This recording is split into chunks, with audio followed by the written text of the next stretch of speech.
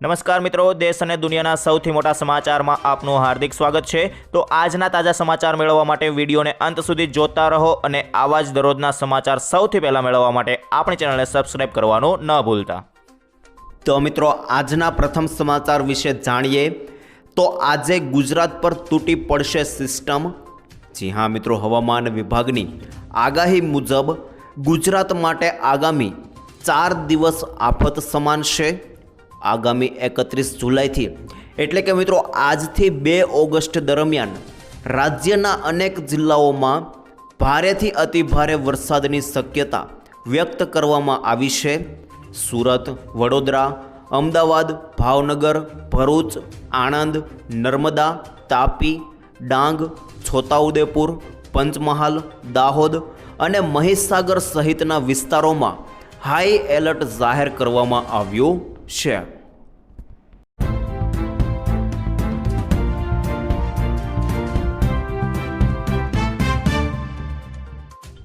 ત્યાર પછી આગળ જોઈએ તો કામ વગર ઘરની બહાર ન નીકળવું। જી હા મિત્રો, રાજ્યના તમામ નાગરિકો અત્યંત જરૂરી કામ વિના ઘરની બહાર ન નીકળવું તેવી સૂચના તંત્ર દ્વારા આપવામાં આવી છે। સુરત, વડોદરા, અમદાવાદ, ભાવનગર, ભરૂચ, આણંદ, નર્મદા, તાપી, ડાંગ, છોટાઉદેપુર, પંચમહાલ, દાહોદ અને મહીસાગર સહિતના વિસ્તારોમાં હાઈ એલર્ટ જાહેર કરી દેવામાં આવ્યું છે। તમામ જિલ્લાના અધિકારીઓની રજાઓ તાત્કાલિક અસરથી રદ કરવાનો આદેશ આપવામાં આવ્યો છે અને નીચાણવાળા અને સંવેદનશીલ વિસ્તારોમાં આપત્તિ વ્યવસ્થાપન માટે જરૂરિયાત મુજબ એનડીઆરએફ અને એસડીઆરએફની ટીમોને ત્વરિત તૈનાત કરવામાં આવી છે। અત્યંત કટોકટીની સ્થિતિમાં રાહત અને બચાવ કામગીરી માટે ભારતીય સેનાની ત્રણેય પાંખો એટલે કે મિત્રો આર્મી, નેવી અને એરફોર્સને સ્ટેન્ડ બાય રાખવામાં આવી છે। સાથે જ મિત્રો રાજ્યના જોખમી હોલ્ડિંગ્સ, બેનર્સ અને સાઇનબોર્ડ્સને તાત્કાલિક અસરથી હટાવીને વિસ્તારોને સુરક્ષિત કરવાના આદેશ આપવામાં આવ્યા છે। હાલમાં સમગ્ર સરકારી મશીનરીની એલર્ટ મોડ પર મૂકી દેવામાં આવી છે અને જે વિસ્તારોમાં પૂર કે પાણી ભરાવાની સંભાવના વધુ હોય ત્યાંથી નાગરિકોને સમયસર અને સુરક્ષિત રીતે આશ્રય સ્થાનોમાં સ્થળાંતરિત કરવા માટે સૂચના આપવામાં આવી છે।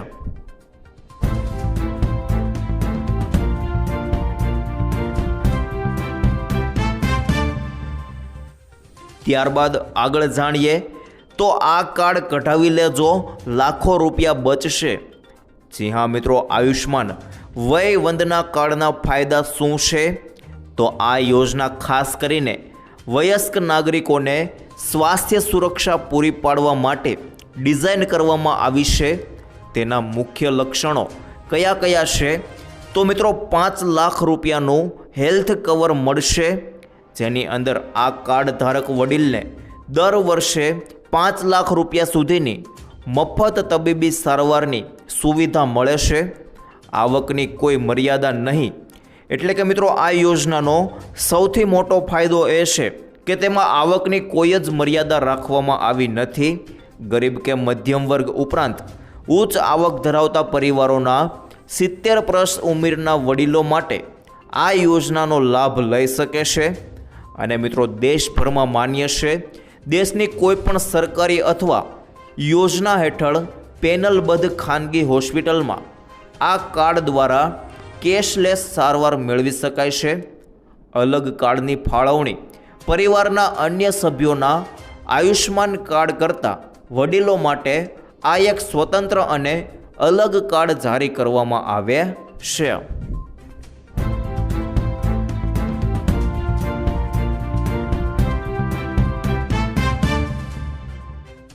ત્યારબાદ આગળ જોઈએ તો જાણો ખેડૂતોની આવક કેટલી? ખાસ કરીને જાણી લેજો મિત્રો, ખેડૂતોની આવક બમણી કરવાની વાતો વચ્ચે વાસ્તવિકતા અલગ છે। ખાસ કરીને ગુજરાતના ખેડૂતોની આવક ઘણી ઓછી છે। મેઘાલય, હરિયાણા જેવા રાજ્યો કરતાં ગુજરાતના ખેડૂતોની માસિક આવક ઓછી છે। કૃષિ મંત્રાલય લોકસભામાં આ વાતનો સ્વીકાર કર્યો છે. ગુજરાતના ખેડૂતો આવકની દ્રષ્ટિએ દેશમાં 11મા ક્રમે છે. ગુજરાતના ખેડૂતોની માસિક આવક 12,600 રૂપિયા છે. હવે મિત્રો આખે આખું આપણી પાસે લિસ્ટ આવ્યું છે. એ પ્રમાણે તમને એકોએક રાજ્યની આવક સમજાવું તો સૌથી વધારે આવક મિત્રો મેઘાલય રાજ્યની છે 29,348, પંજાબની અંદર 26,701, હરિયાણા 22,841, અરુણાચલ પ્રદેશ 19,225, કાશ્મીર 18,918, મિઝોરમ 17,915, કેરાલા 17,915, ઉત્તરાખંડ 13,552, કર્ણાટક 13,441 અને 11મા ક્રમે ગુજરાત 12,631. આ મિત્રો મેં તમને જણાવી તે ખેડૂતોની માસિક આવક છે.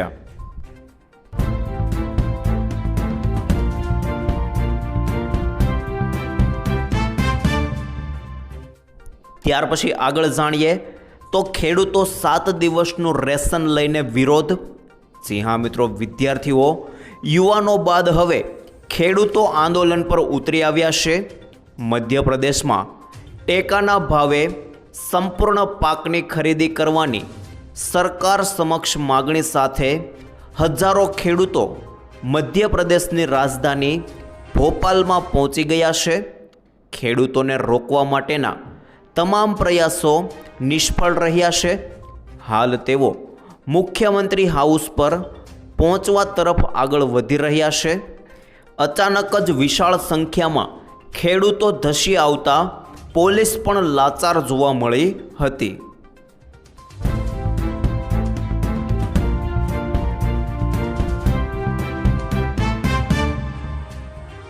ત્યારબાદ આગળ જોઈએ તો મોદીજીએ બોલાવી ઉચ્ચ લેવલ બેઠક. જી હા મિત્રો, જંતર મંતર આંદોલનના પગલે કેન્દ્રીય મંત્રી ધર્મેન્દ્ર પ્રધાનના રાજીનામા તથા સંસદમાં એસટી પેપર લીકેજ સુધારા ખરડો સંસદમાં પસાર થયા બાદ વિપક્ષોએ હવે પેલેટ ગનના ઉપયોગ મુદ્દે કેન્દ્રીય ગૃહમંત્રી અમિત શાહને ઘેરતા સર્જાયેલ પરિસ્થિતિ વચ્ચે સંસદ ભવનમાં વડાપ્રધાન ઓફિસમાં એક મહાબેઠકનો પ્રારંભ થતાં જ જબરો સસ્પેન્સ છવાયો છે. આ બેઠકમાં સરકારના તમામ સિનિયર મંત્રીઓ તથા રાષ્ટ્રીય સુરક્ષા સલાહકાર શ્રી અજીત ડોભલની હાજરીએ સૌનું ધ્યાન ખેંચ્યું છે. બપોરે સંસદના બંને ગૃહો મુલતવી રહ્યા બાદ શ્રી મોદીની આ બેઠકનો પ્રારંભ થયો છે, જેમાં શ્રી અમિત શાહ, શ્રી રાજનાથસિંહ, શ્રી નિર્મલા સીતારમણ, શ્રી પિયુષ ગોયલ, શ્રી એસ શંકર, શ્રી હરદીપસિંહ પુરી, શ્રી જેપી નડ્ડા હાજર છે અને રાષ્ટ્રીય સુરક્ષા સલાહકાર અજીત ડોભાલ પણ સામેલ થયા છે. ખાસ કરીને આંતરિક એજન્ડા ઉપરાંત અમેરિકા ઈરાનનું યુદ્ધ ફરી ભીષણ બન્યું છે તે મુદ્દો વિચારણામાં હોઈ શકે છે. તો પાકિસ્તાન કબજાના કાશ્મીરમાં જે રીતે ઉકળાતા શરૂ જેવી સ્થિતિ છે તથા પીઓકેના આંદોલનકારીઓએ ભારતની મદદ માગી છે તે પણ સૂચક છે.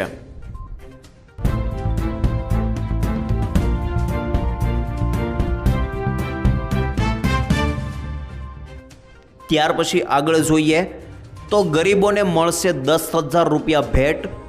જી હા મિત્રો, ગરીબ પરિવારો અને નાના ખેડૂતોને પાત્ર આધાર કાર્ડના પુરાવા સાથે 10,000 રૂપિયા બેંકમાંથી આપવામાં આવશે. પીએમ સ્વનિધિ યોજના હેઠળ પોતાના વ્યવસાયના ઉપયોગ માટે પહેલા વર્ષે 10,000 અને બીજા વર્ષ 20,000 સુધીની લોન સરકારી બેંકમાંથી આપવામાં આવશે. જ્યારે મિત્રો આ યોજનાનો મુખ્ય હેતુ નાના પરિવારોને આર્થિક રીતે મદદ કરી નાના પરિવારોને પગભર કરવાનો છે.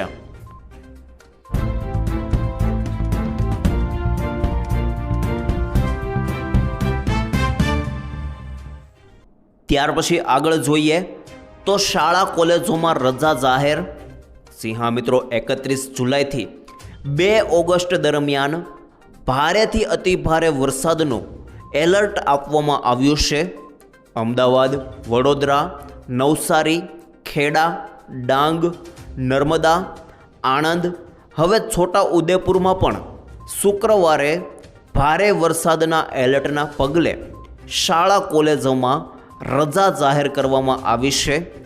આંગણવાડીથી લઈને કોલેજ સુધીનું શૈક્ષણિક કાર્ય બંધ રહેશે ને માત્ર શૈક્ષણિક કાર્ય જ નહીં મિત્રો, અમુક ઓફિસોમાં પણ રજા જાહેર કરવામાં આવી છે.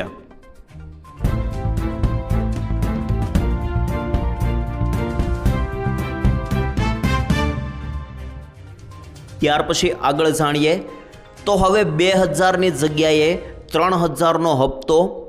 જી હા મિત્રો, પશ્ચિમ બંગાળના ચૂંટણી પરિણામો બાદ રાજકારણની સાથે ખેડૂતોને લઈને પણ નવી ચર્ચાઓ તેજ થઈ ગઈ છે. ભાજપની જીત બાદ કેન્દ્રીય ગૃહમંત્રી અમિત શાહનું એ નિવેદન ફરી સુર્ખીઓમાં આવ્યું છે, જેમાં તેમણે પ્રધાનમંત્રી કિસાન સન્માન નિધિ એટલે કે મિત્રો PM કિસાનની રકમ વધારવાની વાત કરી હતી.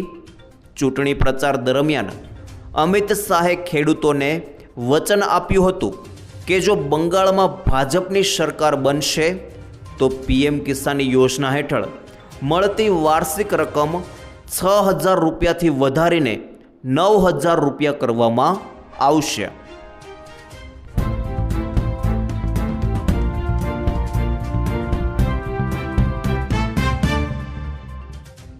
ત્યારબાદ આગળ જોઈએ તો કોંગ્રેસના સરકાર પર પ્રહારો. જી હા મિત્રો, લોકસભા બાદ હવે રાજ્યસભામાં પણ આ બિલ પર વિસ્તૃત ચર્ચા થઈ રહી છે. આ દરમિયાન કોંગ્રેસ અધ્યક્ષ અને રાજ્યસભાના વિપક્ષના નેતા મલ્લિકાર્જુન ખડગેએ સરકાર પર ગંભીર આરોપો લગાવતા કહ્યું છે કે સરકાર વિદ્યાર્થીઓની સમસ્યા ઉકેલવામાં નિષ્ફળ ગઈ છે અને જ્યારે વિદ્યાર્થીઓ પોતાની માંગણીઓ લઈને રસ્તા પર ઉતર્યા ત્યારે તેમની સાથે સંવાદ કરવાને બદલે બાળ પ્રયોગનો માર્ગ અપનાવ્યો. ખડગેએ પોતાનું લાંબા ભાષણમાં માત્ર પેપર લીકનો મુદ્દો જ નહીં પરંતુ સમગ્ર પરીક્ષા વ્યવસ્થાની વિશ્વસનીયતા, વિદ્યાર્થીઓના ભવિષ્ય અને સરકારની જવાબદારી જેવા મુદ્દાઓ પણ ઉઠાવ્યા. તેમણે કહ્યું કે સરકાર હવે જે બિલ લાવી રહી છે તે દબાણના કારણે લાવવું પડ્યું છે અને હજુ પણ તેમાં અનેક મહત્ત્વની ખામીઓ છે. તેમના મત મુજબ માત્ર કડક સજા કે ભારે દંડની જોગવાઈઓથી સમસ્યાનો કાયમી ઉકેલ આવી શકે નહીં.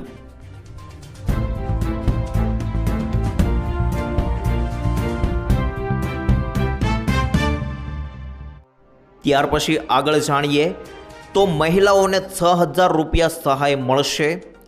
જી હા મિત્રો, ગર્ભવતી મહિલાઓને સરકાર તરફથી માતૃત્વ વંદના યોજના હેઠળ સહાય આપવામાં આવે છે. સરકાર આ પૈસા 4 તબક્કામાં આપે છે, જેમાં પ્રથમ તબક્કામાં 1000 રૂપિયા, બીજા તબક્કામાં 2000 રૂપિયા અને ત્રીજા તબક્કામાં 2000 રૂપિયા ગર્ભવતી મહિલાઓને આપવામાં આવે છે. તે જ સમયે સરકાર બાળકના જન્મ સમયે હોસ્પિટલને છેલ્લા 1000 રૂપિયા આપે છે.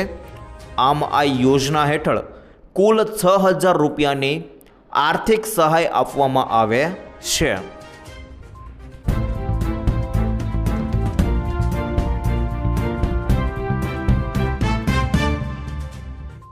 ત્યારબાદ આગળ જાણીએ તો ખેડૂતોને યોજનામાં ફોન મળ્યા નહીં. જી હા મિત્રો, રાજ્યના ખેડૂતોને સ્માર્ટફોનની સહાય આપવાની કૃષિ વિભાગ દ્વારા જાહેરાત કરવામાં આવી હતી. જોકે વિવિધ જિલ્લામાં ખેડૂતો અરજી કરી રહ્યા છે. તેની સામે ત્રીજા ભાગના ખેડૂતોની અરજીઓ પણ માંડ મંજૂર કરવામાં આવે છે. છેલ્લા 2 વર્ષમાં 5 જિલ્લામાં કુલ 21,609 અરજીઓ આવી હતી. તેમાંથી 6,997 જેટલી અરજીઓ જ મંજૂર કરવામાં આવી છે.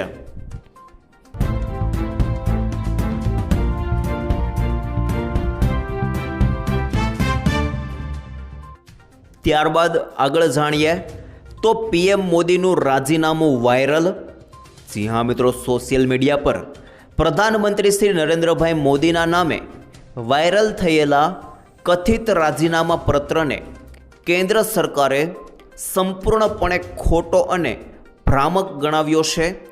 પ્રેસ ઇન્ફોર્મેશન બ્યુરો એટલે કે મિત્રો પીઆઈબીની ફેક્ટ ચેક ટીમે ગુરુવારે સ્પષ્ટતા કરતાં જણાવ્યું કે પ્રધાનમંત્રી કાર્યાલય દ્વારા આવો કોઈ રાજીનામાનો પત્ર જારી કરવામાં આવ્યો નથી અને વાયરલ પત્ર પર દર્શાવવામાં આવેલી સહી પણ અસલી નથી.